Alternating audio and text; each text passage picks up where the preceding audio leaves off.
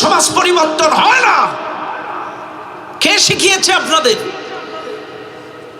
নামাজ পড়লেই যদি সমাজ পরিবর্তন হয়, মানুষ পরিবর্তন হয়, তাহলে শামীম ওসমান তো 72 রাকাত করে তাহাজ্জুদ পড়তো। ওর কি পরিবর্তন হয়েছে? কথা কথা শামীম ওসমানের কিছু পরিবর্তন হয়েছে? আমাদের ম্যাডাম যিনি পালিয়ে গেছে, খুনি সরকার, ইনিও তো নামাজ পড়তো, কোরআন দিয়ে দিন শুরু করত। এর কি পরিবর্তন হয়েছে? নামাজ পড়লেই যদি সমাজ পরিবর্তন হবে, চাইলে এই ম্যাডাম কোরআন দিয়ে দিন শুরু করতো, নামাজ পড়তো, চাইলে এত নামাজ পড়ে এতগুলো বাচ্চা মারলো কেন? হাজার হাজার ছাত্র গুলি করলো কেন? হাজার হাজার আলেম হত্যা করলো কেন? আমাদের কোরআনের পাকি শহীদ আল্লামা দেলাওয়ার হোসেন সাঈদী রাহিমাহুল্লাহকে পরিকল্পিতভাবে 13 বছর বন্দী করে হত্যা করলো কেন? নামাজি লোক কেন মারলো? কতখানা? আচ্ছা বাদ দিলাম, এটা বাদ দিলাম। আচ্ছা বলেন তো, বাইতুল মুকাররমের যে খতিব, উনি কি নামাজি না বেনামাজি? সবাই বলেন, আরো জোরে বলেন। বাইতুল মুকাররমের খতিব রুহুল আমিন সাহেব, সাবেক খতিব, উনি নামাজি ছিল না? চাইলে এই লোকটা কেন বাইতুল মুকাররমের মধ্যে মারামারি করলো কেন?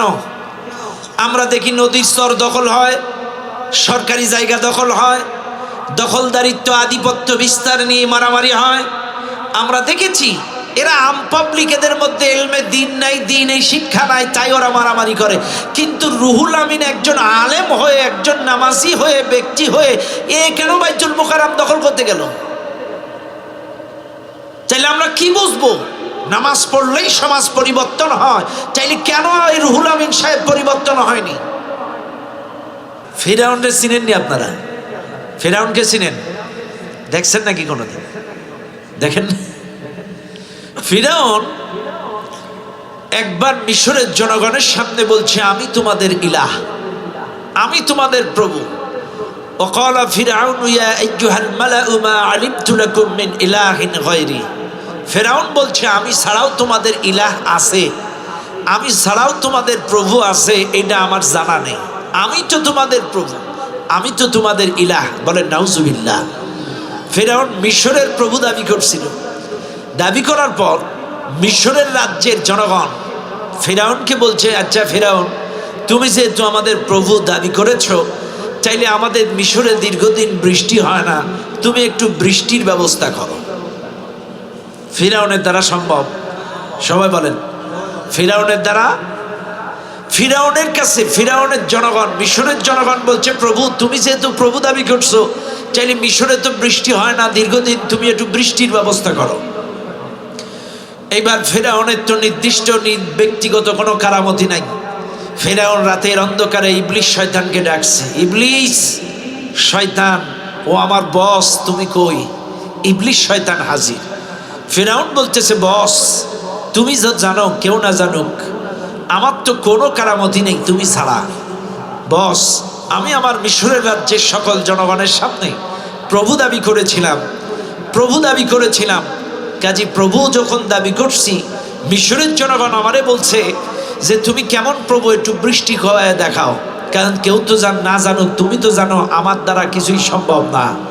যখন ফিরাউন বলছে, ইবলিস তুমি একটু বৃষ্টির ব্যবস্থা করো, কোনো কায়দায় আমার মান সম্মান বাঁচাও। ইবলিস বলছে, ঠিক আছে ফিরাউন, তুই তোর দেশের জনগণকে বল আগামীকাল দুপুরবেলায় বৃষ্টি হবে।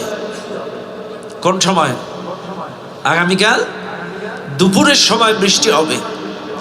ফিরাউন তার রাজ্যে ঘোষণা দিয়ে দিল, আমি প্রভু বলছি আগামীকাল দুপুরে বৃষ্টি হবে।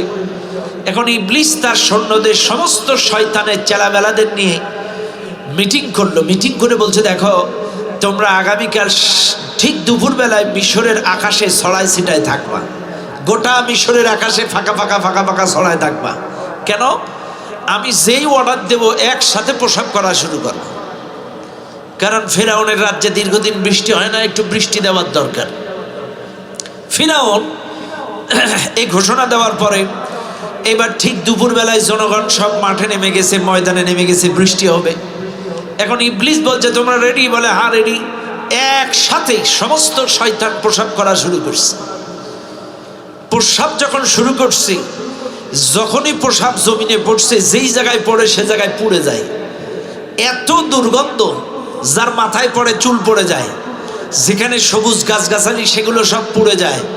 এত দুর্গন্ধ, মানুষ দাঁড়াইতে পারে না। তাড়াতাড়ি মানুষ যার যার ঘরে যেয়ে ঘরে দরজা দেয়। পরের দিন ফেরাউনের দরবারে এসে বলছে, প্রভু তুমি কি বৃষ্টি দিলে, এটা তো হওয়ার চাইতে না হওয়াই ভালো ছিল। এত দুর্গন্ধ, আর যার মাথায় পড়ে সে মাথার চুল পড়ে যায়, যার মাথায় পড়ে চুল পড়ে যায়। এত দুর্গন্ধ, যেখানে পড়ে সেখানে পড়ে যায়। কাজে এই বৃষ্টি তো দরকার ছিল না। তখন ফেরাউন আবার ইবলিসকে রাতের বেলায় ডাকায় বলে, ইবলিস তুই কি বৃষ্টি দিলি, যেখানে পড়ে সেখানে গাছগাছালি পড়ে যায়, যার মাথায় পড়ে তার চুল পড়ে যায়। এই বৃষ্টি তো হওয়ার চাইতে না হওয়াই ভালো ছিল। তখন ইবলিস বলতেছে, ফেরাউন তুই হলো 2 নম্বর খোদা, তা তোর বৃষ্টি কি 1 নম্বর হবে? কথা বোঝেন না আপনারা? কথা কি বুঝছেন? তুই কয় নাম্বার, তোর বৃষ্টিও নাউজুবিল্লাহি মিন যালিক। কারণ মানুষের দ্বারা বৃষ্টি দেওয়া সম্ভব। বৃষ্টি দেন কে? ওয়ানজালা মিনাস সামাই মা, আল্লাহ পাক বলেন আসমান থেকে বৃষ্টি বর্ষণ করি আমি আল্লাহ। ফাআখরাজা বিহি মিনাস সামারাতি রিজকাল লাকুম, এই জমিন থেকে ফসলের মাধ্যমে রিজিকের ব্যবস্থা করি আমি আল্লাহ। সুবহানাল্লাহ বলেন। রিজিক দেন কে? আরো জোরে বলেন। ওয়াল্লাযী হুয়া ইউতঈমুনি ওয়া ইয়াসকিন ওয়া মা মিন দাব্বাতিন ফিল আরদি ইল্লা আলাল্লাহি রিজকুহা। আল্লাহ পাক বলেন তোমাদেরকে রিজিক দেই আমি আল্লাহ। আসমান আর জমিনে যত সৃষ্টি আছেন সকলকে রিজিক দেন কে? আরো জোরে বলেন কে? চাইলে রিজিক কি মানুষ দেন, নেতা দেন, মেম্বার দেন, চেয়ারম্যান দেন, এমপি দেন, বিএমপি দেন, জামাত ইসলাম দেন, আওয়ামী লীগ দেন, কে দেন? আরো জোরে, আরো জোরে। ফাআখরাজা বিহি মিনাস সামারাতি রিজকাল লাকুম, এই জমিন থেকে ফসলের মাধ্যমে রিজিকের ব্যবস্থা করি আমি আল্লাহ। এই জন্য তোমাদেরকে আমার রাস্তায় লড়াই করা লাগবে।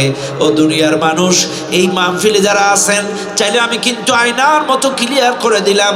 সৃষ্টি করলো আল্লাহ, জমিনটাকে বিছানা বানালো আল্লাহ, আসমানটাকে ছাদ বানালো আল্লাহ, আসমান থেকে বৃষ্টি বর্ষণ করলো আল্লাহ, এই জমিনের মাধ্যমে ফসলের মাধ্যমে রিজিকের ব্যবস্থা করলো আল্লাহ। চাইলে সব কিছুর মাধ্যমে রিজিক যদি আল্লাহ দেন, এবার আপনারা বলেন আল্লাহর রাস্তায় লড়াই করা লাগবে না লাগবে না? জোরে কোন লাগবে? সবাই বলেন লাগবে। আল্লাহর রাস্তায় লড়াই করা লাগবে। এবার বলেন এই মাহফিলে যারা আছেন আপনারা কি ইমানদার না কাফের? সবাই বলেন ইমান কি বুঝেন? হ্যাঁ, আচ্ছা কাফের আছেন কারা কারা? হাত তোলেন। কাফের নেই কেউ? আচ্ছা কাফের বুঝেন তো? আগে একটু বুঝাইয়া দেই। ইমান হচ্ছে বিশ্বাস। আল ঈমান আন তুমিনা বিল্লাহ, আল্লাহর প্রতি বিশ্বাস, ওয়া মালাইকা ফেরেশতাদের প্রতি বিশ্বাস, ওয়া কুতুবি আল্লাহর কোরআনের প্রতি বিশ্বাস, ওয়া রুসুলি আল্লাহর রাসূলের প্রতি বিশ্বাস, ওয়াল ইয়াউমিল আখির আখিরাতের প্রতি বিশ্বাস। আমি আবারও বলছি, এই মাহফিলে যারা আছেন শুনে নেন, আল্লাহর প্রতি, নবীর প্রতি, আখিরাতের প্রতি, ফেরেশতাদের প্রতি, কোরআনের প্রতি 100 বিশ্বাস করার নাম হলো ঈমান। জোরে বলেন কি? বিশ্বাস করার নাম ঈমান। আর এগুলো অবিশ্বাস করার নাম হলো কাফের। আমি আবারও বলছি, আল্লাহর প্রতি, রাসূলের প্রতি, আখিরাতের প্রতি, কোরআনের প্রতি, কিতাবের প্রতি 100 বিশ্বাস করার নাম ঈমান। আর এগুলো অস্বীকার করা, অবিশ্বাস করার নাম কাফের। চাইলে আপনাদের মধ্যে কেউ কি অবিশ্বাস করেন? কেউ করেন? চাইলে আপনারা সবাই বিশ্বাস করেন? চাইলে আমরা সবাই কি ঈমানদার? সবাই, সবাই বলেন আমরা সবাই ঈমানদার। আর আপনারা যদি ঈমানদার হয়ে থাকেন, আল্লাহর কোরআন বলছেন আল্লাযীনা আমানু ইউকাতিলুনা ফি সাবিলিল্লাহ, যারা ঈমানদার তারা আল্লাহর রাস্তায় লড়াই করবে। কার কথা? ঈমানদার কার রাস্তায় লড়াই করবে? সবাই বলেন। এখানে যদি আপনারা ঈমানদার হয়ে থাকেন, অবশ্যই আপনাদেরকে আল্লাহর রাস্তায় লড়াই করা লাগবে। আমি আবারও বলছি, আপনারা কিন্তু বলেছেন আপনাদের মধ্যে কেউ কাফের নাই, তাইলে কাফের যদি না থাকে সবাই ইমানদার। কে বিএমপি, কে জাজুবাজি, কে জামাত ইসলাম আমি জানি না, জানার দরকারও নাই। ইমান যদি আপনাদের মধ্যে থাকে, আপনাদের সকলকে আল্লাহর রাস্তায়, কোরআনের রাস্তায়, ইসলামের রাস্তায় লড়াই করা লাগবে। এটা আপনার জন্য নফল নয়, সুন্নাত নয়, প্রত্যেকটা ইমানদারের জন্য ফরজ। প্রত্যেকটা ইমানদারের জন্য কি? সবাই বলেন, প্রত্যেকটা ইমানদারের জন্য আল্লাহর রাস্তায় লড়াই করা ফরজ। নামাজটা আদায় করতে হবে কার আদেশ? রোজা আদায় করতে রাখতে হবে কার আদেশ? হজ ফরজ হলে হজ করতে হবে কার আদেশ? যাকাত ফরজ হলে যাকাত দিতে হবে কার আদেশ? পর্দা করতে হবে কার আদেশ? চাইলে আল্লাহর রাস্তায় লড়াই করা লাগবে, এটাও কার আদেশ? চাইলে মনে রাখবেন, আপনাদেরকে বলে যাচ্ছি, ইমানদার আল্লাহর রাস্তায় লড়াই করবে। এখন আপনি যদি আল্লাহর রাস্তায় লড়াই না করেন, কাফেরের রাস্তায় লড়াই করেন, তাগুতের রাস্তায় লড়াই করেন, এ কথাও আল্লাহ কোরআনে বলে দিয়েছে, ওয়াল্লাযীনা কাফারু ইউকাতিলুনা ফি সাবিলিত তাগুত। আল্লাহ পাক বলছেন, যারা কাফের, অস্বীকার করেছে, যারা তাগুতের রাস্তায় লড়াই করবে। এ ভাই, আমি আবারও বলছি, কোরআনের রাস্তা হচ্ছে আল্লাহর রাস্তা, আর তাগুতের রাস্তা হচ্ছে মানুষের তৈরি করা রাস্তা। আবারও বলছি, আপনারা বলেন, আমাদেরকে সৃষ্টি করেছেন কে? আরো জোরে। এটা কি চলছে? এটা এই যে বড় বড় আওয়াজ হচ্ছে, এটা কি চলছে? টলি গাড়ি? হ্যাঁ, আপনারা বলেন তো, এই গাড়ির ইঞ্জিন কয়টা? ট্যাঙ্কি কয়টা? একটা না। এই গাড়ির ট্যাঙ্কি দুইটা। কয়টা? একটা হলো তেলের ট্যাঙ্কি, আর একটা হচ্ছে পানির ট্যাঙ্কি। এ কথা কন, কথা ঠিক না বেঠিক? কথা কি বুঝেন আপনারা? এই গাড়ির ট্যাঙ্কি, একটা তেল, একটা পানি। পানি দিলে ইঞ্জিন ঠান্ডা থাকে, তেল দিলে চলে। খেয়াল করবেন কিন্তু, চাইলে এই ইঞ্জিনটা যারা বানাইছে, এরা বলে দিয়েছে তেলের ট্যাঙ্কিতে তেল, পানির ট্যাঙ্কিতে পানি ঠিকঠাক মতো দিলেই ইঞ্জিনটা নিয়মিত চলবে। কতক্ষণ ঠিক না বেঠিক? কিন্তু যদি আপনারা মনে করেন পেকুয়ার মানুষ, সালাউদ্দিন সাহেবের এলাকার মানুষ, আমরা পানির ট্যাঙ্কিতে তেল, তেলের ট্যাঙ্কিতে পানি দিয়ে চালাবো, চলবে না? কেন চলবে না? হ্যাঁ, চলবে। চলবে কেন? চলবে না? কথা কয় না, চলবে না কেন? বাবাজি, ন বুঝেন? আমার ভাষা বুঝেন আপনারা, কিন্তু আমি কিন্তু আপনাদের ভাষা বুঝি না। আপনারা যখন বলেন খালি চেয়ে থাকি। কথা বুঝেন? আমার ভাষা কি বুঝতে কষ্ট হয় আপনাদের? চাইলে তেলের ট্যাঙ্কিতে তেল, পানির ট্যাঙ্কিতে পানি দিলে ইঞ্জিন ঠিকঠাক চলে। উল্টা পাল্টা করলে যেমন এই ইঞ্জিন চলে না। আমার আপনার এই 3.5 হাত দেহটা সৃষ্টি করেছেন কে? আল্লাহ। আপনাকে আমাকে সৃষ্টি করার পরে একটা সুন্দর দিক নির্দেশনা, গাইডলাইন, একটা নোটবুক দিছে, এটার নাম কি? আরো জোরে বলেন কি? এখন যদি এই কোরআন দিয়ে চালান, আপনার দেহ, আপনার এই সমাজ, আপনার এই রাষ্ট্র, আপনারা বলেন, রান্নাঘর কাদের জন্য? মানুষের জন্য। কাদের জন্য? ব্যবসা প্রতিষ্ঠান কাদের জন্য? না গরু ছাগলের জন্য? সংসদ কাদের জন্য? শিয়ালদের জন্য? গরু ছাগলের জন্য? হ্যাঁ, চাকরি, অফিস টফিস, সরকারি বেসরকারি অফিস কাদের জন্য? মানুষের জন্য না গরু ছাগলের জন্য? তাহলে বুঝেন কিন্তু, রান্নাঘর মানুষের জন্য, ব্যবসা মানুষের জন্য, চাকরি মানুষের জন্য, সংসদ মানুষের জন্য। চাইলে সবই যদি মানুষের জন্য হয়, আল্লাহ পাক বলছেন এই মানব জীবনটা কেমনে পরিচালনা করবা আমি আল্লাহ কোরআনে দিয়ে দিয়েছি। সংসদ চালাবা কেমনে আমি বলে দিয়েছি, রাষ্ট্র চালাবা কেমনে আমি বলে দিয়েছি। কারণ আমার নবী কি কোরআন দিয়ে রাষ্ট্র চালায়নি? সবাই বলেন, চালায়নি।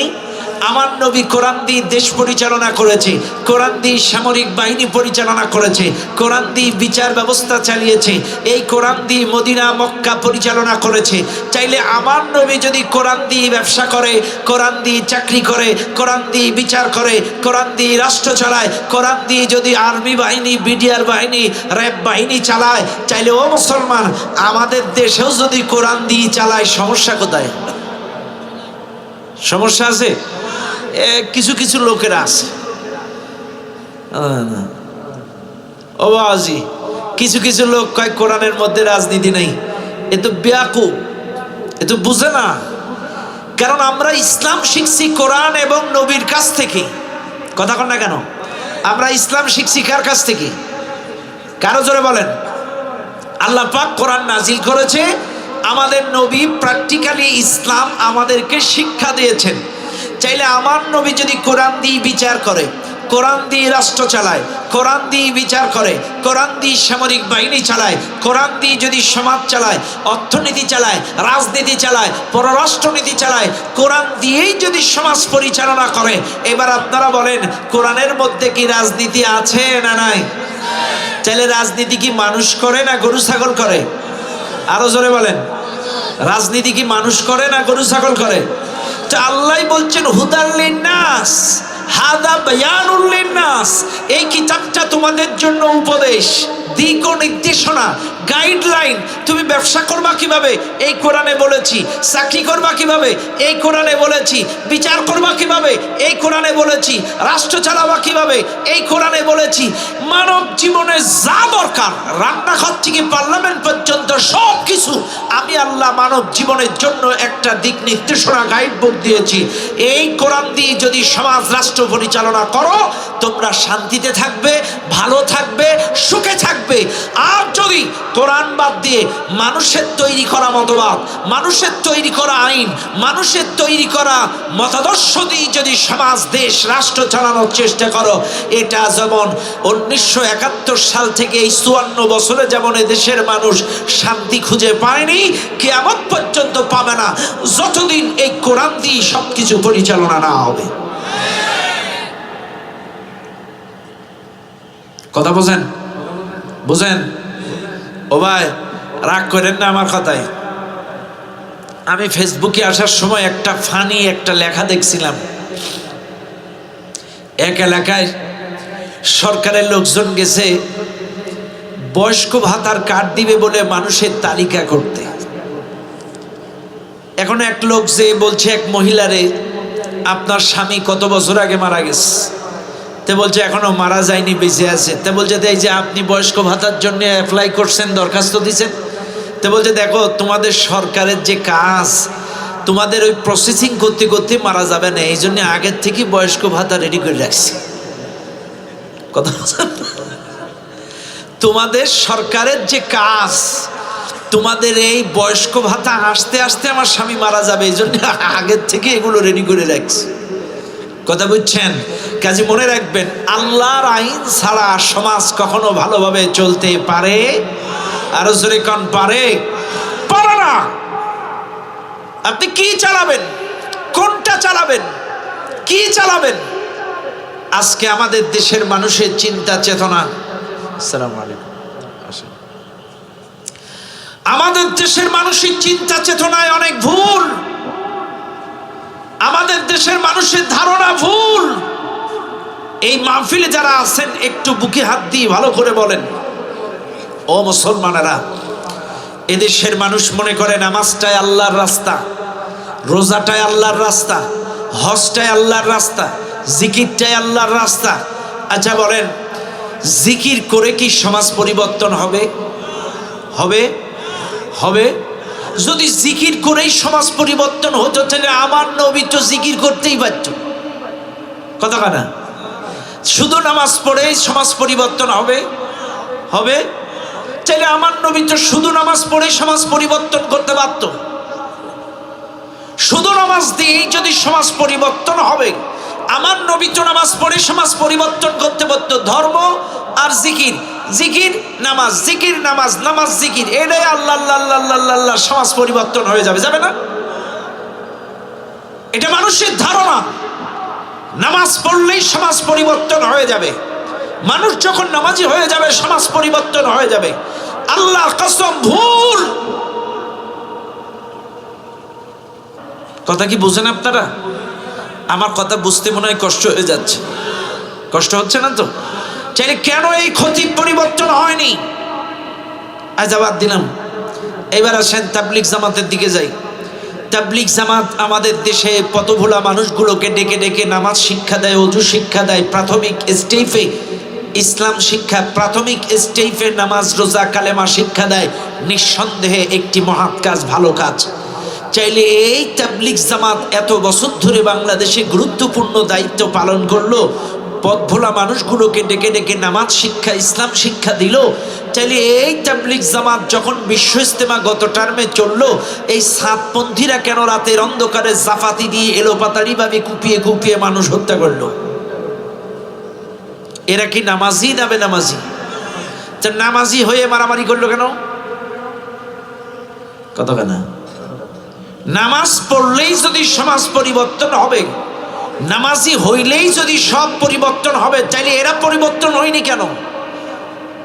এই সাতপন্থী, সন্ত্রাস, উগ্রপন্থী, এরা পাঁচটা গোলাম ছিল জালেম সরকারের।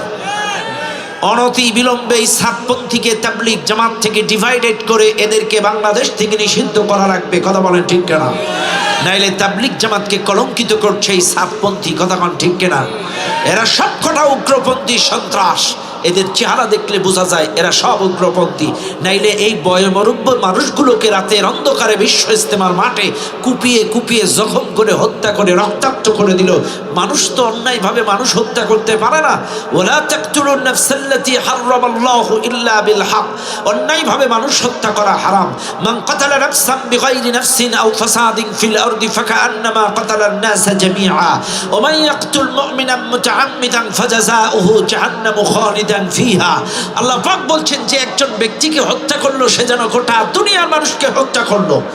চাইলে অন্যায়ভাবে তো কেউ কাউকে হত্যা করে না। ওরা নামাজি হয়ে মারলো কেন? তাইলে বুঝলাম।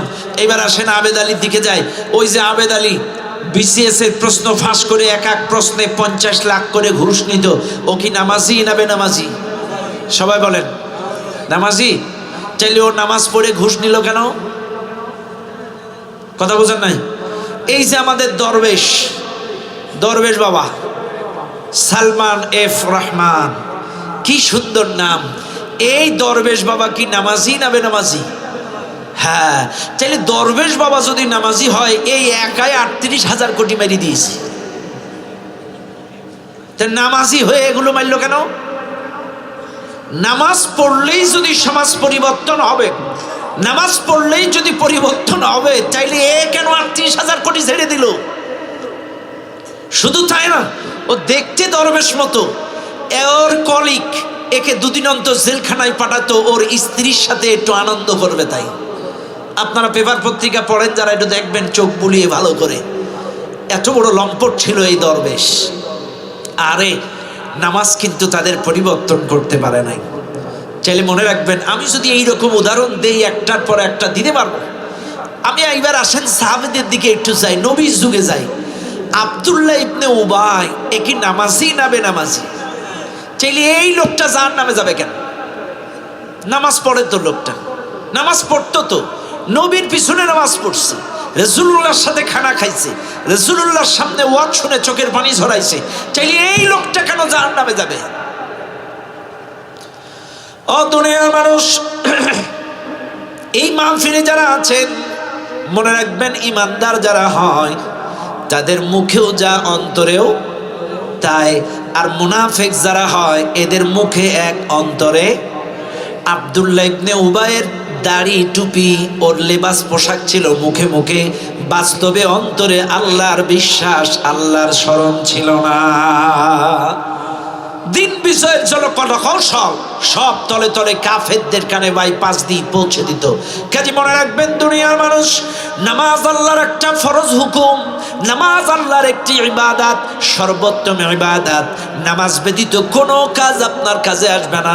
নামাজ ব্যতীত দান করলে লাভ হবে না, নামাজ ব্যতীত রোজা রাখলে লাভ হবে না, নামাজ ব্যতীত যাকাত দিলে কাম হবে না, নামাজ ব্যতীত হজ করলে কাম হবে না, নামাজ পড়লে যত ভালো কাজ করেন লাভ হবে না। তেমনি শুধুমাত্র নামাজ দিয়েও কিন্তু আল্লাহর জান্নাতে যাওয়া যাবে না। এই মাহফিলে যারা আছেন শুনে নেন, জেনে নেন, নামাজ শুধুমাত্র আল্লাহর একটা ফরজ হুকুম, কিন্তু আল্লাহ পাক বলেন আলিয়াউমা আকমালতু লাকুম দীনাকুম ওয়া আতমামতু আলাইকুম নি'মাতি ওয়া রাদিতু লাকুমুল ইসলাম দীনা। আল্লাহ পাক বলছেন আমি তোমাদের জন্য দ্বীনটাকে পরিপূর্ণ করে দিলাম, আমার বিধানটাকে পরিপূর্ণ করে দিলাম। মানব জীবনে যা যা দরকার, রান্নাঘর থেকে শুরু করে পার্লামেন্ট পর্যন্ত যা দরকার, আমি আমার বিধানটাকে মানব জীবনের জন্য সবকিছু পূর্ণাঙ্গ করে দিলাম। চাইলে আল্লাহ যদি জীবন বিধান পূর্ণাঙ্গ বিধান আমাদেরকে দিয়ে দেয়, চাইলে আপনি সারা জীবন নামাজ নিয়ে পড়ে থাকেন কেন? কেন ইসলামী আন্দোলন করেন না? কেন এই সমাজে কোরআনী শাসন প্রতিষ্ঠার চেষ্টা করেন না? কেন আল্লাহর জমিনে আল্লাহর আইন কায়েমের কোন চেষ্টা, জজবা, তামান্না আপনার ভিতরে নাই? কেন খেলাফত প্রতিষ্ঠার কোন ভূমিকা নাই? কেন? আল্লাহ তো বলছে আমি দ্বীনটাকে পরিপূর্ণ করে দিলাম।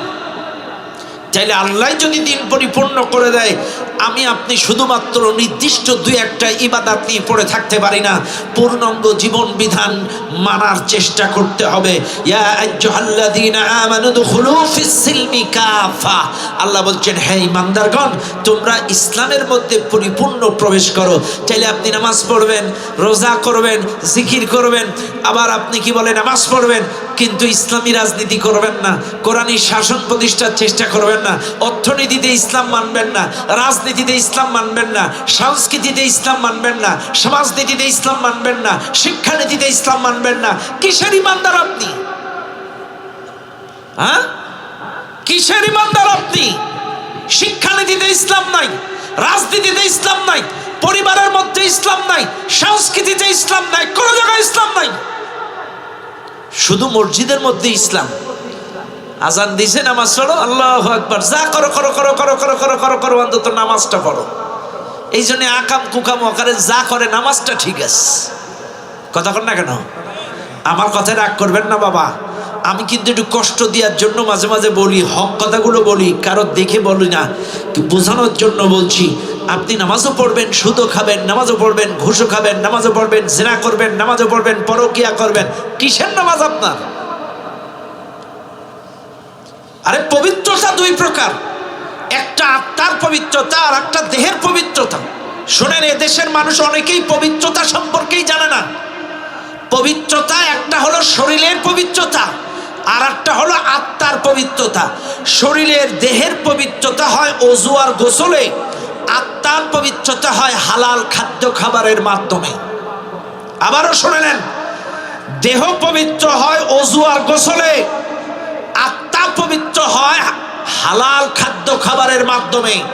আপনি সুদ খাবেন, ঘুষ খাবেন, দুর্নীতি করবেন, বোনের জমি ফাঁকি দেবেন, ভাইয়ের জমি ফাঁকি দেবেন, হারাম খাবেন, আর আপনি উযু গোসল করে মসজিদে যে সুবহান রাব্বিয়াল আলা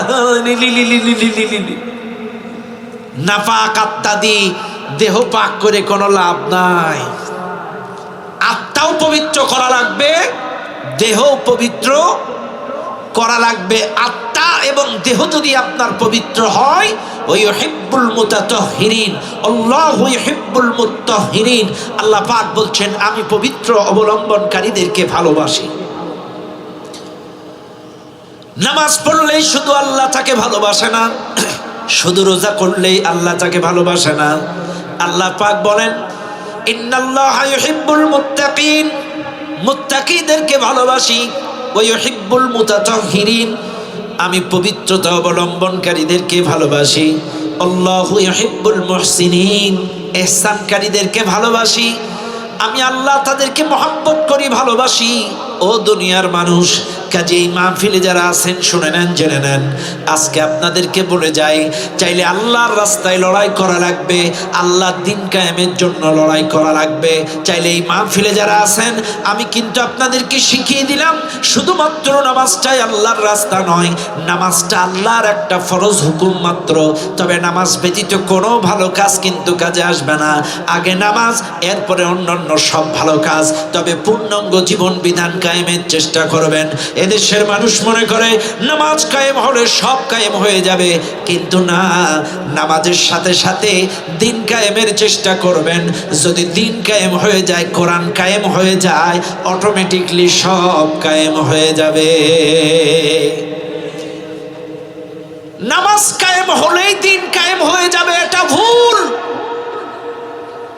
কারণ আমার নবী 40 থেকে 53 পর্যন্ত 13 বছরে মক্কার সুদ, ঘুষ, জেনা, ব্যভিচার, শিরক, বিদআত, কুফরি কিছু পরিবর্তন করতে পারে নাই।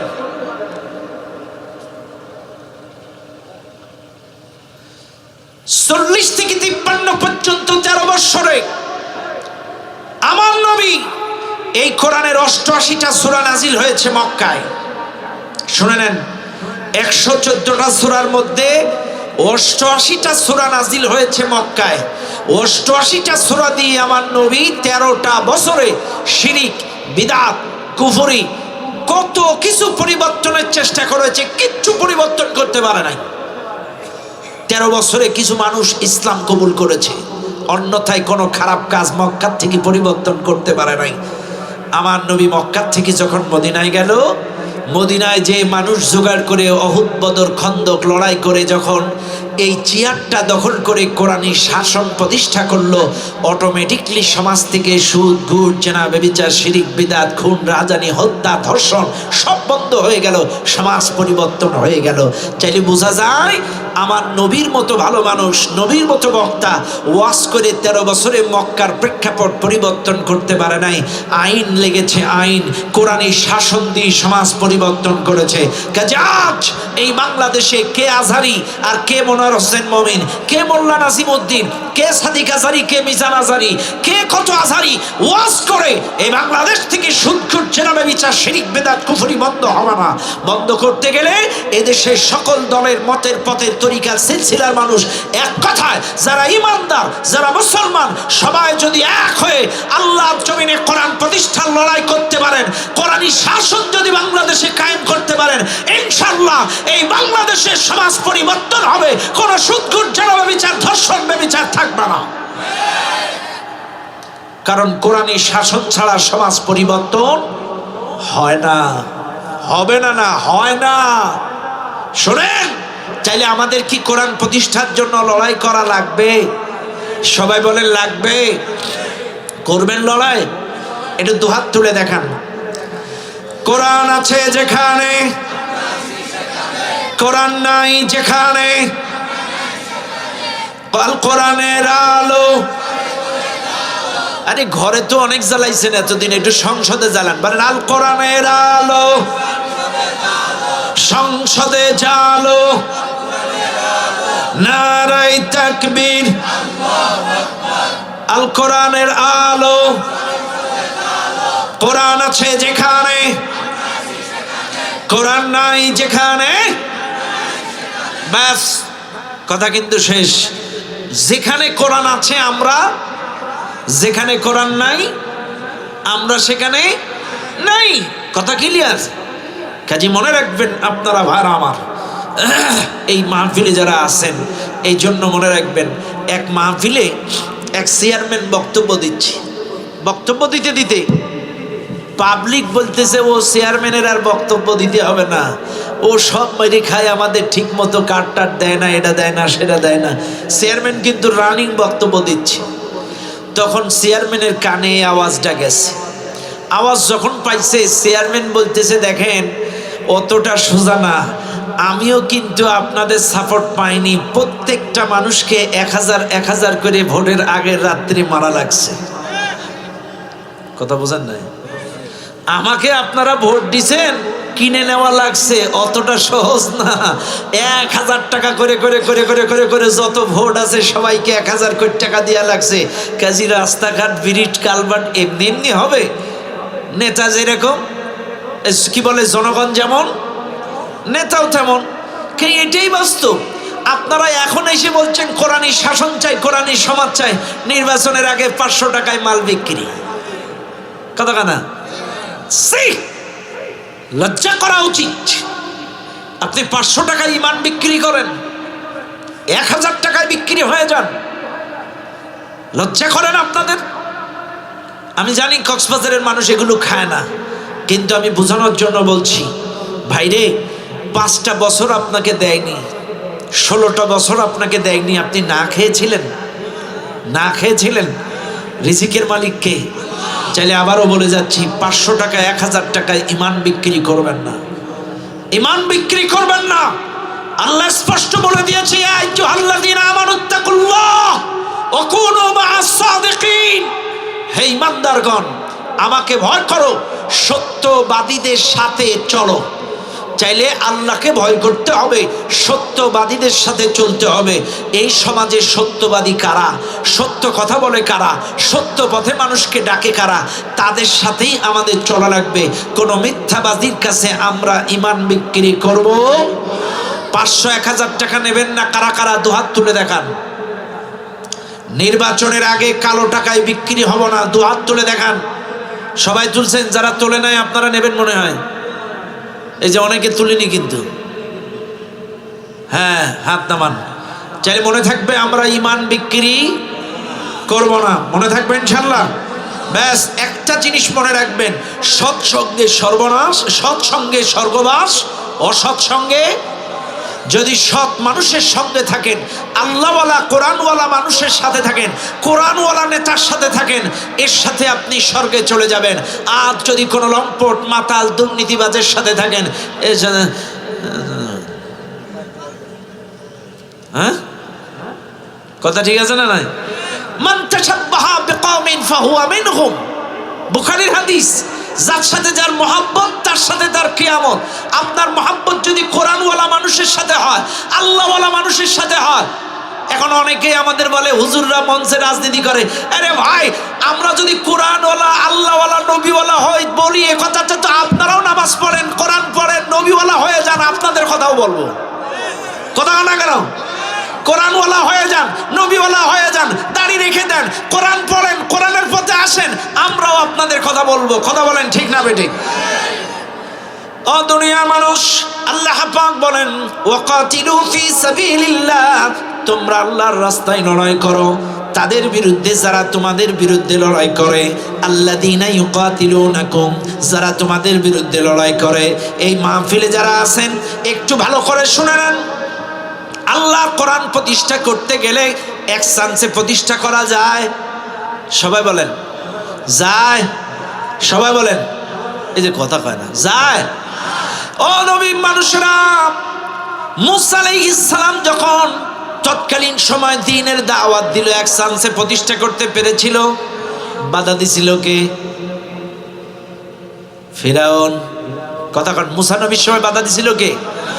ইব্রাহিম আলাইহিস সালাম যখন কালেমা প্রতিষ্ঠা করতে চাইলেন, ইসলামী শাসন ব্যবস্থা প্রতিষ্ঠা করতে চাইলেন, ইব্রাহিম আলাইহিস সালামের জামানায় বাধা দিছিল কে? আরো জোরে কান, আরো জোরে কান। এইবার আসেন আমার নবী, আমার আপনার নবীর জামানায় আমার নবী যখন ইসলাম প্রতিষ্ঠা করতে চাইলেন, কালেমা প্রতিষ্ঠা করতে চাইলেন, আল্লাহর আইন প্রতিষ্ঠা করতে চাইছিলেন, ওই সময় বাধা দিছিল কে? আরো জোরে কান। এইবার আপনারা বাংলাদেশের দিকে আসেন। বাংলাদেশে আজ নয়, কাল নয়, 16 বছর নয়, 20 বছর নয়, 30 বছর নয়, ইসলামী আন্দোলন যারা করে 50 বছর ধরে তারা একটাই কথা বলে, আল্লাহর আইন চাই, সৎ লোকের শাসন চাই। কথা না কেন? এটা কি একদিনের স্লোগান, 2 দিনের স্লোগান, 1 বছরের স্লোগান? 2001 থেকে 6-এও যে স্লোগান, 2006 থেকে এই 24 পর্যন্ত যে স্লোগান, আগামীতেও সেই স্লোগান। জমিন যার, আইন চলবে চায়, আল্লাহর আইন চাই, সৎ লোকের শাসন চাই। এটা কি কোনো দলের স্লোগান? এটা কার কথা? আলা লাহুল খালকু ওয়াল আমর ইনিল হুকমু ইল্লা লিল্লাহ। এই জমিন সৃষ্টি করেছে কে? চাইলে এই জমিনে হুকুম চলবে কার? আরো জোরে কোন কার? চাইলে জমিন যদি আল্লাহর হয়, হুকুমও আল্লাহর চলবে। ও ভাই, চাইলে এই সহজ জিনিসটা যদি আপনারা বুঝে পারেন, চাইলে মনে রাখবেন এই মাহফিলে যারা আছেন ভাইরা আমার, আল্লাহর আইন ছাড়া সমাজ পরিবর্তন হবে না। চাইলে এই মূসা আলাইহিস সালামের জামানায় ফিরাউন বাধা দিয়েছিল, ইব্রাহিম আলাইহিস সালামের জামানায় নমরুদ বাধা দিয়েছিল, আমার আপনার নবীর জামানায় বাধা দিয়েছিল আবু জেহেল, আবু লাহাব। বর্তমানে আমরা যারা কোরআনী সমাজ চাই, ইসলামী সমাজ চাই, ইসলামী শাসন ব্যবস্থা চাই, বর্তমানে আমাদের মনে হয় কেউ বাধা দেয় না।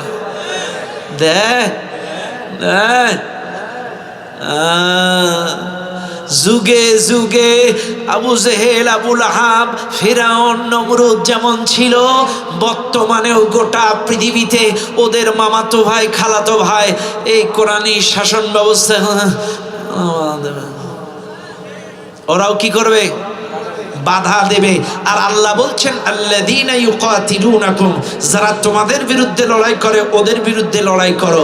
চাই কোরআন প্রতিষ্ঠার পথে, আল্লাহ শাসন প্রতিষ্ঠার পথে, ইকামতে দ্বীন প্রতিষ্ঠার পথে যারাই বাধা দেবে তাদের বিরুদ্ধে লড়াই করতে বললেন কে? এখন আসেন, বাধা দেয় কারা?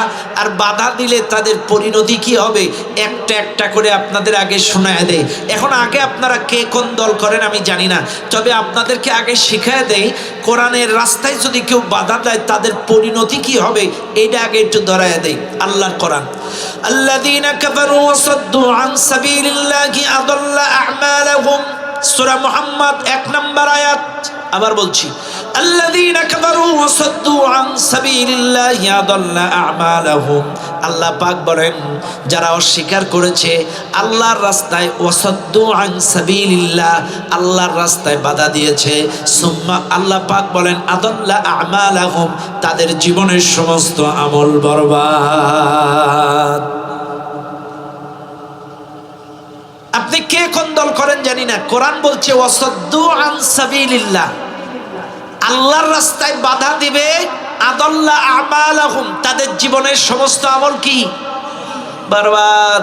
আপনি নামাজ পড়বেন, আপনি রোজা করবেন, আপনি হজ করবেন, আপনি যাকাত দেবেন, টুপি মাথায় দেবেন, জিকির করবেন, কিন্তু যদি আপনার কথার দ্বারা, ব্যবহারের দ্বারা, অর্থের দ্বারা, ক্ষমতার দ্বারা, রাজনীতির দ্বারা এই দিন প্রতিষ্ঠায়, কোরআনী আইন প্রতিষ্ঠায় যদি কোনো বাধা আসে, আল্লাহ বলছেন আদাল্লা আমালাহুম, ওদের জীবনের সব।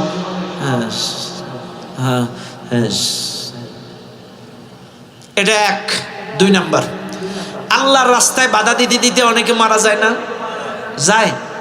সবাই বলেন যায়। বেয়াদবি মাফ করবেন, আমাদের এই উবাইদুল কাদের কাকু লোকটা কিন্তু ভালো। হ্যাঁ, এই 2 দিন আগে দেখলাম ফেসবুকে উবাইদুল কাদের কাকু হসপিটালে ভর্তি হয়েছে। সবাই দেখছি, আমি ওনাকে আসলে ফেসবুকে কি বলে অসুস্থ, হসপিটালে ভর্তি হয়েছে এতটুকু দেখছি। এরপরে একটু কমেন্ট পড়তে গেছিলাম, দেখি কেডা কি কমেন্ট করছে। দেখি সব লোক কমেন্ট করতেছে ইন্না লিল্লাহি ওয়া ইন্না ইলাইহি রাজিউন, কখন মারা যাবে, ফি নারি জাহান্নামা খালিদিনা ফিহা, সব দোয়া করছে জাহান্নামের দোয়া। এত ভালো মানুষ, সব জাহান্নামের দোয়া করছে। তো আমার কথা হলো, আল্লাহর কোরআন বলতেছে ইন্নাল্লাযিনা, আমি কিন্তু কোরআন দিয়ে বোঝাচ্ছি ভাই, এটা তো আমাদের দেশের বাস্তব চিত্র। 16টা বছরে কোরআনের হক কথাগুলো মাহফিলে সঠিকভাবে বলতে দিছে, আমাদের দিছে। কোরআনের হক কথাগুলো আমাদের ঠিক মতো বলতে দেয় নাই। আমাদের কোরআনের পাকি সাইদিকে 13টা বছর জেলখানায় বন্দি করে রেখেছিল, আল্লামা মামুনুল হককে জেলখানায় বন্দি করেছিল, রফিকুল ইসলাম মাদানিকে বন্দি করে রেখেছিল, মুফতি আমির হামজাকে বন্দি করে রেখেছিল, মুফতি হারুন ইসারকে বন্দি করে রেখেছিল, অনুসরণযোগ্য বড় বড় আলেম ওলামাদেরকে বন্দি করে রেখেছিল, জসিমউদ্দিন রহমানিকে বন্দি করে রেখেছিল, বড় বড় প্রখ্যাত আলেম শাইখুল হাদিস, তাদের সব বন্দি করে জেলখানার মধ্যে আটকায় রাখছিল। শোনেন, আজকে আপনাদেরকে বলে যাচ্ছি, ও ভাই, চাইলে এরা এতটা বছর আল্লাহর পথে, হকের পথে, সত্যের পথে বাধা দিয়েছে। আর কোরআন বলছে ইন্নাল্লাযীনা কাফারু ওয়াসাদ্দু আন সাবিলিল্লাহ সুম্মা মাতু ওয়া হুম কুফফারুন ফালান ইয়াগফিরাল্লাহু লাহুম। সূরা মুহাম্মদ 34 নম্বর আয়াত। আল্লাহর কোরআন আবার শুনে নেন, সূরাতুল মুহাম্মাদের 34 নম্বর আয়াত। আল্লাহ বলেন, নিশ্চয়ই যারা অস্বীকার করেছে, আল্লাহর পথে বাধা দিয়েছে, সুম্মা মাতু ওয়া হুম কুফফারুন, ওই নাফরমান অবস্থায় মারা গেছে, ফালান ইয়াগফিরাল্লাহু লাহুম, আমি আল্লাহ কখনোই ওদেরকে মাফ করব না। খারাপ কাজ করতে করতে অনেকে মারা যায় না? জোরে কোন যায়? যায়। অনেকে খারাপ কাজ করতে করতে মারা যায়। তো আপনার কথার দ্বারা, ব্যবহারের দ্বারা, অর্থের দ্বারা, ক্ষমতার দ্বারা ইসলামী আন্দোলনের বিরোধিতা করলেন, কোরআন প্রতিষ্ঠার বিরোধিতা করলেন, আলেম ওলামাদের বিরোধিতা করলেন, ইসলামী রাজনীতির বিরোধিতা করলেন। এই বিরোধিতা করতে করতে বাইচান্স হায়াত মৌতের তো বলার নেই, কার মৃত্যু কখন কোথায় কোন অবস্থায় হবে। ওমা তাদরি নাফসুম বিআইয়ি আরদিন তামুত, কার মৃত্যু কখন কোন জায়গায় কোন অবস্থায় হবে এই পৃথিবীর কেউ জানে না, আল্লাহ ছাড়া। চাইলে আপনার মৃত্যু তো যে কোনো টাইমে হয়ে যেতে পারে। আপনি ইসলামী আন্দোলনের বিরোধিতা করলেন, কোরআনের বিরোধিতা করলেন, কোরআনী শাসন প্রতিষ্ঠার বিরোধিতা করলেন, ইসলামী রাজনীতির বিরোধিতা করলেন, এই অবস্থায় আপনি মারা গেলেন। আল্লাহ পাক বলছেন, সুম্মা মাতু ওয়া হুম কুফফারুন ফালান ইয়াগফিরাল্লাহু লাহুম, ওই নাফরমান অবস্থায় যদি মারা যায়, আমি আল্লাহ কখনোই ওকে ক্ষমা করব না। এ ভাই, আপনারা লিখে নেন, কাগজ থাকলে লিখে নেন, মোবাইল থাকলে রেকর্ড করে নেন। সূরা মুহাম্মাদের 34 নম্বর আয়াত। যারা আল্লাহর রাস্তায় বাধা দিতে দিতে মারা যাবে, অর্থাৎ এই কোরআনী শাসন প্রতিষ্ঠার পথে বাধা দেবে, ইসলামী আইন কায়েমের পথে বাধা দেবে, ইসলামী আন্দোলনের পথে বাধা দেবে, আর এই বাধা দিতে দিতে যদি মারা যায়, সুম্মা মাতু ওয়া হুম কুফফারুন ফালান ইয়াগফিরাল্লাহু লাহুম, আমি আল্লাহ কখনোই ওদের মাফ করব না। তাহলে আল্লাহর রাস্তায় বাধা দেবেন? বাধা দেবেন? হাত তুলে দেখান, বলেন, আল্লাহ আমাদের কথার দ্বারা, ব্যবহারের দ্বারা, অর্থের দ্বারা, ক্ষমতার দ্বারা কখনোই কোরআনী শাসনের বিরোধিতা করব না, ইসলামী আন্দোলনের বিরোধিতা করব না। আমরা সবাই ইসলামী আন্দোলনের কর্মী হয়ে যাব। বলেন ইনশাআল্লাহ, ইনশাআল্লাহ। হাত নামান। আল্লাহ আমাদের সকলকে কবুল করুন, বলেন আমিন। বাইরা আমার, চাইলে আমি আপনাদেরকে ধরালাম আল্লাহর রাস্তায় বাধা দিলে তাদের অবস্থা কি হয়, এটার নমুনা আমি আপনাদেরকে দেখায়া দিলাম, কোরআন থেকে দেখায়া দিলাম। আল্লাহর এক জায়গায় বলেন, ইন্নাল্লাযীনা ইয়াকফুরুনা বিআয়াতিল্লাহ ওয়া ইয়াকতুলুনান নাবিয়্যিনা বিগাইরি হাক্কিন ওয়া ইয়াকতুলুনাল্লাযীনা ইয়া'মুরুনা বিল কিসতি মিনান নাস ফাবাশশিরহুম বিআযাবিন আলীম উলাইকাল্লাযীনা হাবিতাত আ'মালুহুম ফিদ দুনিয়া ওয়াল আখিরাহ ওয়া মা লাহুম মিন নাসিরিন। এটা সূরাতুল আলে ইমরানের আয়াত। শুনে নেন আজকের এই মাহফিলের জনগণ, আল্লাহ পাক বলেন, নিশ্চয়ই যারা অস্বীকার করে আমার আয়াত, আমার নিদর্শন, এবং হত্যা করে, ওয়ায়াকতুলুনান নাবিয়্যিন, নবীদেরকে, আরো হত্যা করে কাদেরকে, ওয়ায়াকতুলুনাল্লাযীনা ইয়া'মুরুনা বিল কিসতি মিনান নাস, আরো হত্যা করে তাদেরকে। এই সমাজে যারা হক কথা বলে, এই সমাজে যারা হক প্রতিষ্ঠার চেষ্টা করে, এই কোরআন প্রতিষ্ঠার চেষ্টা করে, এই সমাজে যারা হকের দাওয়াত দেয়, এদেরকে যারা হত্যা করে, আল্লাহ পাক বলেন, ফাবাশশিরহুম বিআযাবিন আলীম, ওদেরকে সংবাদ দাও কঠিন আযাবের। ওদের জন্য আমার আল্লাহ কঠিন আযাবের ব্যবস্থা করে রেখেছেন। শুধু আযাব দিয়ে ক্ষান্ত নয়, আল্লাহ পাক বলেন, ওরা দুনিয়ায় নামাজ, রোজা, হজ, যাকাত যত যা ইবাদত করেছে, উলাইকাল্লাযীনা হাবিতাত আ'মালুহুম ফিদ দুনিয়া ওয়াল আখিরাহ, ওদের দুনিয়ার এমন আখিরাতের সমস্ত সব বরবাদ, দুনিয়া এবং আখিরাতের সব শেষ। দুনিয়ায় যত নামাজ, এই তোমার ফোনগুলো বাইরে যে কথা বলতে পারো না? খুব ভালো ছেলে, ক্যামেরার জন্য কষ্ট করছে, কিন্তু সাদা মাটা তো, আউট নলেজ কম। খেয়াল করেন বাইরে আমার, বুঝতেছেন আমার কথা? চাইলে আবারও লক্ষ্য করুন, আপনি যদি হক কথা বলে যারা, তাদেরকে হত্যা করেন, সত্যবাদীদেরকে হত্যা করেন, আলেমদেরকে হত্যা করেন। আলেমরা কি সত্য কথা বলে না মিথ্যা কথা বলে?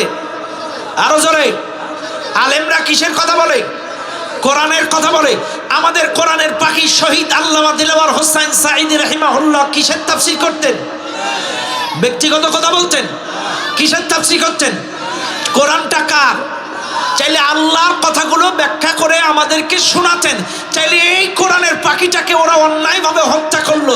আল্লাহ বলছে এই আলেমদেরকে যারা হত্যা করবে, হক কথা যারা বলবে তাদের হত্যা করবে, হকের দাওয়াত যারা দিবে তাদেরকে যারা হত্যা করবে, উলাইকাল্লাযীনা হাবিতাত আমালুহুম ফিদ দুনিয়া ওয়াল আখিরাহ, দুনিয়াতেও শেষ, আখিরাতেও সব শেষ, কোনো আমল কাজে লাগবে না।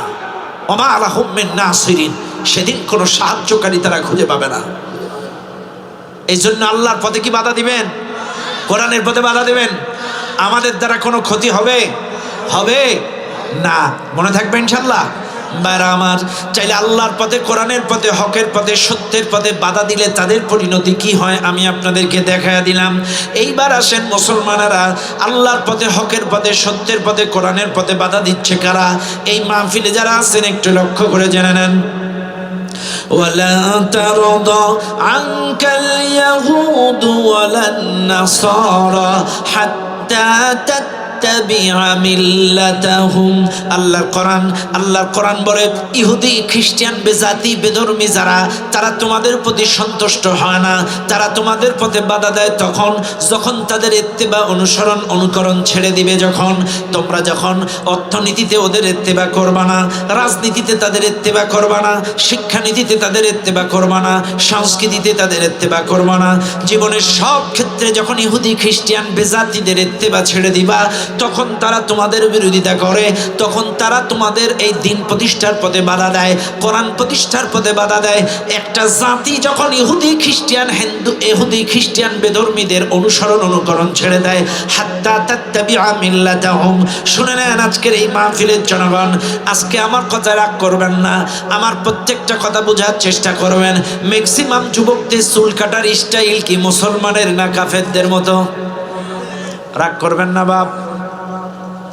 ও বাজি, এই মাহফিলে যারা আছেন একটু বুকে হাত দিয়ে বলেন, আমাদের দেশে যতগুলা সেলুন আছে, এই সেলুনে একটাও কি মুসলমানের চুল কাটার স্টাইলের ছবি না? সব ইহুদি, খ্রিস্টান, নায়ক, গায়ক, কাফেরদের ছবি। দেখবেন বিভিন্ন প্লেয়ারদের ছবি, বিভিন্ন নায়কের ছবি, বিভিন্ন গায়কের ছবি, এখান থেকে কাটা, ওখান থেকে কাটা, এখান থেকে নাই, মাঝখান থেকে চুল আছে, দুই সাইড দিয়ে নাই, বিভিন্ন স্টাইলের চুল কাটা। Andrew Rasel, Neymar, Messi, Ronaldo. রাগ করবেন না আমার কথায়। ম্যাক্সিমাম বাচ্চাদের মাথাগুলো খুলে দেখেন, এদের চুল কাটার স্টাইল কোনো মুসলমানের স্টাইল নেই। চাইলে ইত্তেবা করলো কার কথা বলা গেল? বেধর্মীদের ইত্তেবা করলো। এবার আসেন পোশাক পাতির দিকে যাই। হাঁটুই ছেঁড়া, পাছার কাছে ছেঁড়া, এখানে ছেঁড়া, ওখানে ছেঁড়া, এগুলো মুসলমানের স্টাইল? কথা না, কার স্টাইল? আরে পুরুষের সতর কি নাভির উপর থেকে হাঁটুর নিচে, কিন্তু আমাদের দেশের ম্যাক্সিমাম ইয়াং জেনারেশন, চ্যাংড়া যুবক পোলাপান প্যান্ট যেটা পরে নাভির নিচে এই জায়গায়, আর দেখবেন সব ওই পাততলায় জুতা দিয়ে ঝাড় দেয়, এই যে ঝাড়ু দিতে দিতে যায় রাস্তা। কথা না, এটা কি মুসলমানের স্টাইল? কাদের স্টাইল? সবাই বলেন। মুসলিম তো কাপড় পরবে নাভির উপরে, হাঁটুর নিচে, টাকনুর উপরে, কিন্তু আজ ম্যাক্সিমাম যুব সমাজ তাকায় দেখেন, ম্যাক্সিমাম যুবকদের টাকনুর নিচে কাপড়। এটা তো মুসলমানের পোশাক পরিধানের স্টাইল নয়, এটা রাসূলের সুন্নাত নয়। চাইলে লেবাস পোশাকে নেই, রাসূলের সুন্নাত সব ইহুদি খ্রিস্টানদের ইত্তেবা, চুল কাটা ইহুদি খ্রিস্টানদের ইত্তেবা, সংস্কৃতিতে ওদের ইত্তেবা। ওই যে আমাদের এক কাকু ফজলু মিয়া না ফজলুর রহমান, ঝিনাইদহে বাড়ি সম্ভবত ফজলুর রহমান, এই ফজলুর রহমান কাকু, ইনি ফেসবুকে লাইভে এসে বলছে কি শুরু করেছে এই রাত বেরাত মাহফিল করে, ওয়াজ করে, সভ্যতার সংস্কৃতি কিচ্ছু থাকবে না, বাউল গান থাকবে না, নাচ গান থাকবে না, ডিজে গান থাকবে না, যাত্রা থাকবে না। যেমন আমার কাকু যাত্রা, বাউল গান এগুলো খুব পছন্দ করে। কথা বলে না কেন? আমার ফজলুর রহমান কাকু যাত্রা পছন্দ করে, বাউল গান পছন্দ করে, ওই অশ্লীল ডিজে গান এগুলো পছন্দ করে। কাকুর ধারাভাষ্য মোতাবেক এই ওয়াজ মাহফিলের দ্বারা বাউল গান বন্ধ হয়ে যাচ্ছে, ওই গান বাজনার ডিজে গান বন্ধ হয়ে যাচ্ছে, যাত্রা বন্ধ হয়ে যাচ্ছে। কারণ হুজুররা ওয়াজ মাহফিলে যাত্রার বিরোধিতা করে, গান বাজনার বিরোধিতা করে, অপসংস্কৃতির বিরোধিতা করে। কিন্তু এই ফজলুর রহমান কাকু এগুলার পক্ষে। এই সংস্কৃতি থাকবে না, বাউল গান থাকবে না, যাত্রা থাকবে না, সার্কেস থাকবে না। দেখেছেন, আমি বিশ্বাস করেন, আমি মানুষের মুখে শোনা কথা, যাত্রাগুলো সার্কেসগুলো তো নর্তকী এনে নগ্ন করে উলঙ্গ করে বেহায়াপনা ডান্স দেয়, অশ্লীলতা বেহায়াপনা তারা ছড়িয়ে দেয় সমাজে। আর এই বয়োবিরুদ্ধে একটা লোক ও যাত্রার পক্ষে সাপোর্ট করে, যাত্রা গানের পক্ষে সাপোর্ট করে, বাউল গানের পক্ষে সাপোর্ট করে, সার্কেসের পক্ষে সাপোর্ট করে, এগুলোর পক্ষে সাপোর্ট করে। কিন্তু নাউজুবিল্লাহ, আমরা এই ওয়াজ মাহফিলের মাধ্যমে ইসলামী সংস্কৃতি উপস্থাপন করি, কোরআনের কথাগুলো তুলে ধরি, হারাম হালালগুলো জাতিকে আমরা সম্বোধন করে কোনটা হালাল কোনটা হারাম আমরা জাতিকে সতর্ক করে দেই, জাতিকে অন্ধকার থেকে আলোর পথ দেখায়। কারণ আল্লাহ পাক বলছেন, কিতাবুন আনজালনাহু ইলাইকা লিতুখরিজান নাস মিনাজ জুলুমাতি ইলান নূর। আমি আল্লাহ কোরআনটা নাজিল করেছি এই দুনিয়ার মানুষদেরকে অন্ধকার থেকে আলোর পথে ডাকার জন্য। চাইলে এই দায়িত্ব আলেমদের, নবীর ওয়ারিসদের, নবীর উত্তরসূরিদের। কিন্তু এখন আলেমরা এই দায়িত্ব পালন করে ওয়াজ মাহফিলে, তাদেরকে অন্ধকার থেকে আলোর পথে ডাকে। যেমন আজ আমি আপনাদেরকে আল্লাহর রাস্তা এবং কোরআনী শাসন প্রতিষ্ঠার গুরুত্ব সম্পর্কে কথা বলছি, ইসলামী আন্দোলন, ইসলামী আইন প্রতিষ্ঠার গুরুত্ব নিয়ে কথা বলছি। কাজে মনে রাখবেন, প্রত্যেকটা মাহফিলে কোনো না কোনো বিষয় নিয়ে আলোচনা হয় জাতিকে অন্ধকার থেকে আলোর পথ দেখানোর জন্য। কিন্তু এই বয়োবিরুদ্ধ মুরব্বী কিনা কয় যাত্রা থাকবে না, সার্কেস থাকবে না, বাউল গান থাকবে না, ওই অশ্লীলতার পক্ষে, বেহায়াপনার পক্ষে। শুনে নেন, আল্লাহ কোরআন বলছে, ইয়া আইয়ুহাল্লাযীনা আমানু লা তাত্তাখিযু আবাআকুম ওয়া ইখওয়ানাকুম আউলিয়া ইন ইসতাহাব্বুল কুফরা আলাল ঈমান। হে ইমানদারগণ, তাদের সাথে বন্ধু বানাবা না যারা ঈমানের চাইতে কুফরিকে পছন্দ করে, যারা ঈমানের চাইতে কুফরিকে পছন্দ করে। গান বাজনা করা, যাত্রা করা, সার্কেস করা, বাউল গান গাওয়া, অশ্লীল গান গাওয়া, এগুলো কুফরি মতবাদ। আর এদের পক্ষে যারা সমর্থন করে, আল্লাহ বলছেন আবাআকুম, ওরা যদি তোমার বাবাও হয়, ওয়া ইখওয়ানাকুম, যদি তোমার ভাইও হয়, ওদের সাথে বন্ধু বানানো যাবে না। যদি বন্ধু বানান, ওদের সাথে উঠা বসা করেন, ওই শয়তানদের সাথে চলাফেরা করেন, ওমান ইয়াতাওয়াল্লাহুম ফাউলাইকা হুমুজ জালিমুন। আল্লাহ পাক বলছেন তোমরা জালেম হয়ে যাবে। এটা তো একটা আয়াত। আর একটা আয়াত শোনেন, ইন্নাল্লাযীনা ইউহিব্বুনা আন তাশিআল ফাহিশাতু ফিল্লাযীনা আমানু লাহুম আযাবুন আলীমুন ফিদ দুনিয়া ওয়াল আখিরাহ। আল্লাহ আরেক জায়গায় বলেন, যারা পছন্দ করে সমাজে অশ্লীলতা বেহায়াপনা ছড়িয়ে যাক, মহব্বত করে অশ্লীলতা বেহায়াপনা, যাত্রা, ডিজে, বাউল গান, সার্কেস, এই নগ্নতা পছন্দ করে, আর আয়োজন যারা করে, আল্লাহ বলছেন আযাবুন আলীমুন ফিদ দুনিয়া ওয়াল আখিরাহ। দুনিয়াতেও ও আল্লাহর আযাব গজবে পাকড়াও হবে, কিয়ামতেও আল্লাহর আযাবে গ্রেফতার হবে। তাহলে কি গান বাজনার আয়োজন করবেন? যারা করবে তাদের সাথে থাকবেন, যারা যাত্রা বাউলের পক্ষে ওদের সাথে থাকবেন। আমাদের ওদের সাথে কোনো সম্পর্ক নাই। আমাদের সম্পর্ক কোরআন হাদিসের সাথে, কোরআনওয়ালার সাথে, নবীওয়ালার সাথে। কথা বলেন ঠিক না বেঠিক? মনে থাকবে ইনশাআল্লাহ। বাস, ও দুনিয়ার মানুষ, এই মাহফিলে যারা আছেন, তাহলে মনে রাখবেন, আমি কিন্তু আপনাদেরকে বোঝানোর চেষ্টা করছি সভ্যতা, সংস্কৃতি। ও মুসলমান, তাহলে চুল কাটা, দাড়ি কাটা, লেবাস পরা, পোশাক পরা, সব কিছুতে আজ ইহুদি খ্রিস্টানদের ইত্তেবা। ও মুসলমান, অর্থনীতিতে তাদের ইত্তেবা, রাজনীতিতে তাদের ইত্তেবা, সংস্কৃতিতে তাদের ইত্তেবা, শিক্ষানীতিতে তাদের ইত্তেবা। আজ আপনারা মামুদের দিকে তাকায় দেখেন, ইন্ডিয়ান মামুদের চেনেননি? ইন্ডিয়া আলাদের আমরা কি বলি? মামু। মামু কারে বয়?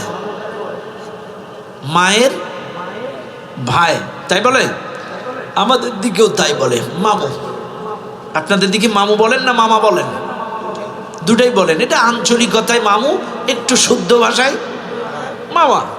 এখন আসেন, ইন্ডিয়ান মামারা আমাদের পরে কেন এত খেপা? কারণ কি জানেন? কারণ হলো, এতদিন এদেশের মানুষ অর্থনীতি, রাজনীতি, শিক্ষানীতি, সংস্কৃতি মামুদের ইত্তেবা করত, কিন্তু 5ই আগস্টের পরে আর করে না। কথা কন না কেন? এখন 5ই আগস্টের পরে মামুদের ইত্তেবা আর নাই। তাগান শিক্ষানীতিতে মামুদের ইত্তেবা নাই। কারণ কি? শিক্ষানীতিতে 2024-এর শিক্ষানীতিতে 35,000 কোটি টাকা দিয়ে বই ছাপাইছিল মামুদের দেশ থেকে। আমাদের দেশের বই 1 থেকে 10, আমাদের দেশের বই 1 থেকে 10 পর্যন্ত বই ছাপিয়ে এনেছিল মামুদের দেশ থেকে 35,000 কোটি টাকা। এখন আপনারা বলবেন তাতে ক্ষতি কি? 1 নাম্বার ক্ষতি, যদি এই বইগুলো বাংলাদেশ থেকে ছাপাতো 35,000 কোটি টাকা লাগতো না। কথা না কেন?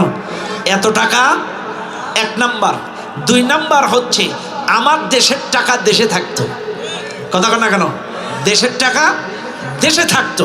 3 নাম্বার এই মামুদের দেশ থেকে আসার কারণে যে ক্ষতিটা হয়েছে, আমাদের দেশের বইতে আমরা পেয়েছি বইয়ের মধ্যে সমকামিতা, বইয়ের মধ্যে মূর্তির ছবি, বইয়ের মধ্যে ঢোল তবলার ছবি, নৃত্য গানের ছবি। কেন? আমরা দেখলাম মুসলমান 90% মুসলমানের দেশে নৃত্য, প্রতিমা, সমকামিতা কেন? হ্যাঁ, তদন্ত করে দেখা গেল বইগুলো ছাপাইছে মামুদের দেশ থেকে। এই জন্য মামুরা তাদের মনে তুলি দিয়ে তাদের সভ্যতা সংস্কৃতি আমাদের বইয়ের মধ্যে ঢুকাইয়া দিছে। এ কথা না কেন? সমকামিতা কি মুসলমান পছন্দ করে? এটা সব মামুদের খাসিলাত, মামুরা এগুলো পছন্দ করে। কথা না কেন? চাইলে মামুদের এই সভ্যতা সংস্কৃতি আমাদের মধ্যে ঢুকাইয়া দিছে। প্রতিমার ছবি 90% মুসলমানের দেশে মাদ্রাসার বইতে প্রতিমার ছবি, মাদ্রাসার বইতে প্রতিমার ছবি থাকবে কেন? এটা মামুরা ঢুকাই দিছে। ঢোল তবলা কারা ঢুকাইছে? মামুরা ঢুকাইছে। চাইলে বুঝলাম 24-এর শিক্ষানীতিতে মামুদের ইত্তেবা ছিল। 5ই আগস্টের পরে যখন ইত্তেবা বন্ধ, এখন বই 1 থেকে 10 বাংলাদেশে ছাপানো হয়েছে। এটা কিন্তু আর ওই মামুদের দেশ থেকে ছাপায়নি। চাইলে 1 নাম্বার 35,000 কোটি টাকা মামুদের লস। কথা কেনা? এই 35,000 কোটি টাকা মামুদের লস। 2 নাম্বার, ওই দেশের সভ্যতা সংস্কৃতি আর বইয়ের মধ্যে ঢুকাইতে পারে নাই। কারণ আগে বইগুলো বানাইছিল ওখান থেকে, এই জন্য ওরা সব ঢুকাই দিছিল। কিন্তু এবছর তো আর ওখান থেকে বানায়নি, ঢুকাবে কেমনে? চাইলে এখন শিক্ষানীতিতে মামুদের হস্তক্ষেপ নাই, এই জন্য মামুদের জলে। কথা বলেন? তাইলে কথা ক্লিয়ার? চাইলে শিক্ষানীতিতে মামুদের ইত্তেবা এখন আর নাই, এই জন্য মামুদের কথা ঠিক আছে না নাই? 2, অর্থনীতির দিকে তাকান। এতদিন মামুরা যা বলতো তাই, রাতকে দিন, দিনকে রাত। মামুরা পেঁয়াজ দিত, মামুরা আলু দিত, মামুরা রসুন দিত, মামুরা চিনি দিত, মামুরা সব দিত। কিন্তু এখন একটু সম্পর্ক অবনতি হওয়ায় পেঁয়াজ দিচ্ছে চীন, রাশিয়া পেঁয়াজ দিচ্ছে, তুরস্ক পেঁয়াজ দিচ্ছে, পাকিস্তান চিনি দিচ্ছে, বিভিন্ন দেশ থেকে খাদ্যদ্রব্য মালপাতি আসা শুরু হয়েছে। এই জন্য মামুদের জলে। কথা কন না কেন? কারণ অর্থনৈতিকভাবে মামুদের পেঁয়াজ এখন এই দেশে আর আসছে না, বাণিজ্যিকভাবে মামুদের লস। 2 টাকা 2.5 টাকা বিক্রি হচ্ছে, উৎপাদন খরচ ওঠে নাই। এখন মামুদের কথা কন না কেন? ব্যাস, চাইলে আলু পেঁয়াজ রসুন আসছে না, বাণিজ্যিকভাবে লস। এবার বিশেষ করে আমাদের দেশে ম্যাক্সিমাম মানুষ যে মোটর সাইকেলগুলো চালায় সব কিন্তু মামুদের দেশের গাড়ি। বাজাজ, ডিসকভারি, হিরো, ইয়ামাহা, এগুলো ম্যাক্সিমাম কাদের? মামুদের। এখন বলেন তো, এখন তো তাও কিছুটা আসতেছে। বাণিজ্যিকভাবে যদি এই মোটরসাইকেল বন্ধ হয়ে যায়, মামুদের মোটরসাইকেল জাপান চালায় না, মামুদের মোটরসাইকেল চীন চালায় না, মামুদের মোটরসাইকেল আমেরিকা চালায় না, এই আমরাই চালাই। এখন যদি এটাও বন্ধ হয়ে যায়, কারা চালাবে? এই জন্য কথা কন না কেন? কথা কি ঠিক না বেঠিক? হ্যাঁ, এবার আসেন একটু হসপিটালের দিকে যাই।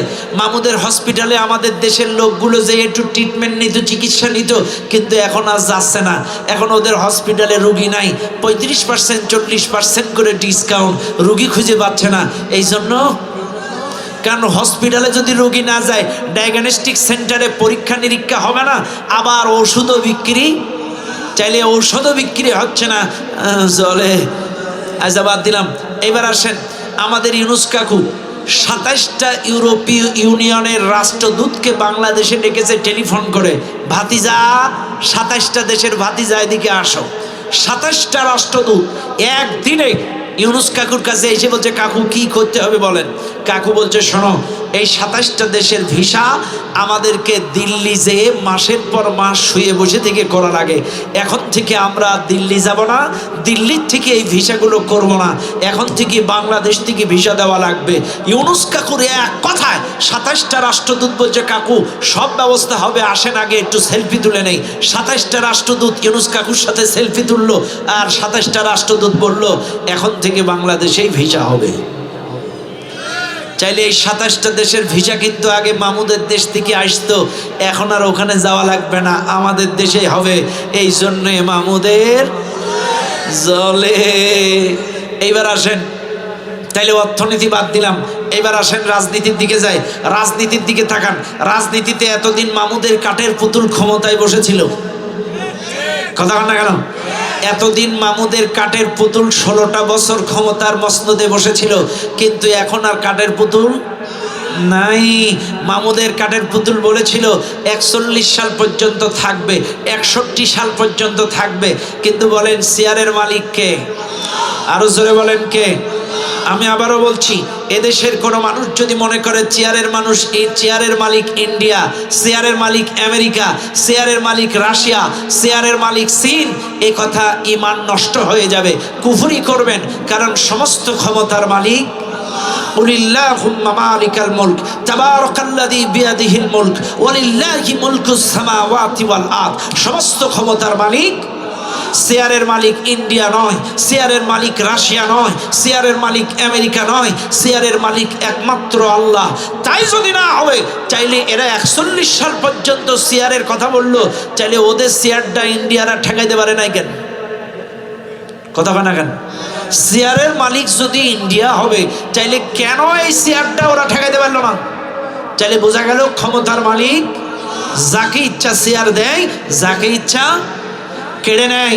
কাজে স্পষ্ট ভাষায় আপনাদেরকে বলে যাচ্ছি, শোনেন, ইন্নাল্লাহা লা ইউগাইয়িরু মা বিকওমিন হাত্তা ইউগাইয়িরু মা বিআনফুসিহিম। আল্লাহ পাক বলেন, ওই জাতির ভাগ্য আমি ততক্ষণ পর্যন্ত বদলায় না, যেই জাতি যতক্ষণ পর্যন্ত চেষ্টা না করে ভাগ্য পরিবর্তনে। আজ এদেশের ছাত্র সমাজ চেষ্টা করেছিল এই দেশকে পরিবর্তনের, তারা সামান্য ছাত্র আন্দোলন, কোটা আন্দোলন করেছিল, কিন্তু এই জালেমেরা যখন নির্মমভাবে হত্যা করলো, গালিগালাজ করলো, তখন তারা ঐক্যবদ্ধ হয়ে গেল। না, এদেরকে আর বসে রাখা যাবে না। ওরা জীবন দিল, ওরা রক্ত দিল, ওরা জীবন দিল, রক্ত দিল, আর ছাত্রদের সাথে দেশের সমস্ত মানুষ সমর্থন করলো। এক বাক্যে এই পরিবর্তনের চেষ্টা করেছে বলে, জীবন দিয়েছে বলে, রক্ত দিয়েছে বলে আল্লাহ চেয়ার পরিবর্তন করে জালেমদের জুলুম থেকে আমাদেরকে নিষ্কৃতি দিয়েছে। কথা বলেন ঠিক কেন? আপনারা চেষ্টা করেছেন, আল্লাহ পরিবর্তন করেছে। আগামীতেও এদেশের সমস্ত জনগণ যদি এক হয়ে চেষ্টা করেন, আগামীর বাংলাদেশ কোরআনের বাংলাদেশ, আগামীর বাংলাদেশ ইসলামের বাংলাদেশ।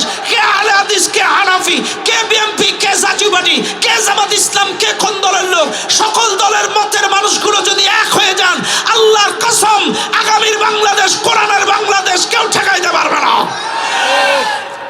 কথা বলেন, ঠেকাইতে পারবে? কেউ ঠেকাইতে পারবে না। আগামীর বাংলাদেশ কিসের বাংলাদেশ চান আপনারা? তবে চেষ্টা করা লাগবে। ঘরে বসে থাকলেই কিন্তু কোরআনী সমাজ পাবেন না, সবাইকে ঐক্যবদ্ধভাবে চেষ্টা করা লাগবে। কথা কোন ঠিক না? মানে ঠিক। সবাইকে কোরআনী সমাজ প্রতিষ্ঠার গুরুত্ব বোঝাতে হবে। কোরআনী শাসন প্রতিষ্ঠা হলে লাভ কি আর না হলে ক্ষতি কি, এগুলো মানুষকে বোঝাতে হবে, সবাইকে বোঝাতে হবে। নারীদেরকে বোঝাতে হবে, পুরুষদেরকে বোঝাতে হবে, প্রতিবেশীকে বোঝাতে হবে, দোকানদারদের বোঝাতে হবে, ব্যবসায়ীকে বোঝাতে হবে, সকল মানুষদেরকে বোঝাতে হবে কোরআনী সমাজ প্রতিষ্ঠার উপকারিতা। কথা বলেন ঠিক না বেঠিক? কাজে সবাই মিলে যদি চেষ্টা করেন, ইনশাআল্লাহ আগামীর বাংলাদেশ কেউ ঠেকাইতে পারবে না। যদি ঘরে বসে থাকেন, কোরআনী সমাজ কিন্তু প্রতিষ্ঠা হবে না। ও মুসলমানেরা আমার, চাইলে আসেন আমরা সবাই মিলে ঐক্যবদ্ধভাবে এই জমিনে যেন কোরআনী শাসন প্রতিষ্ঠার পক্ষে থাকতে পারি। একটু দুহাত তুলে দেখেন, কোরআনের পক্ষে কারা কারা থাকবেন।